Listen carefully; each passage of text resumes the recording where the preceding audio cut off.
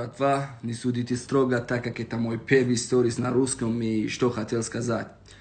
Недавно Хазбулла Хазбик бросил вызов всем тем, кто весит до 18 килограммов и сказал, что там побьет любого.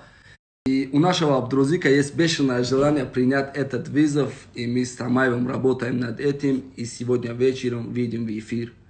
Ждите, братва, скоро будет бой века.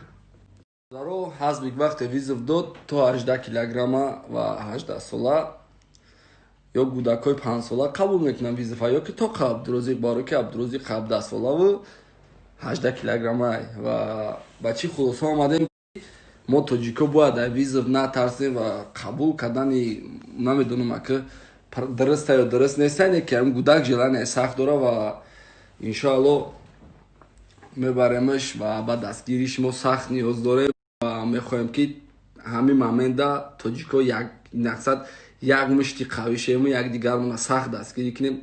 Биен аянво ёд бигирем чӣ хел дастгири якдигара. Зинда бошем. خداوند جوشت خورد نکنه. الله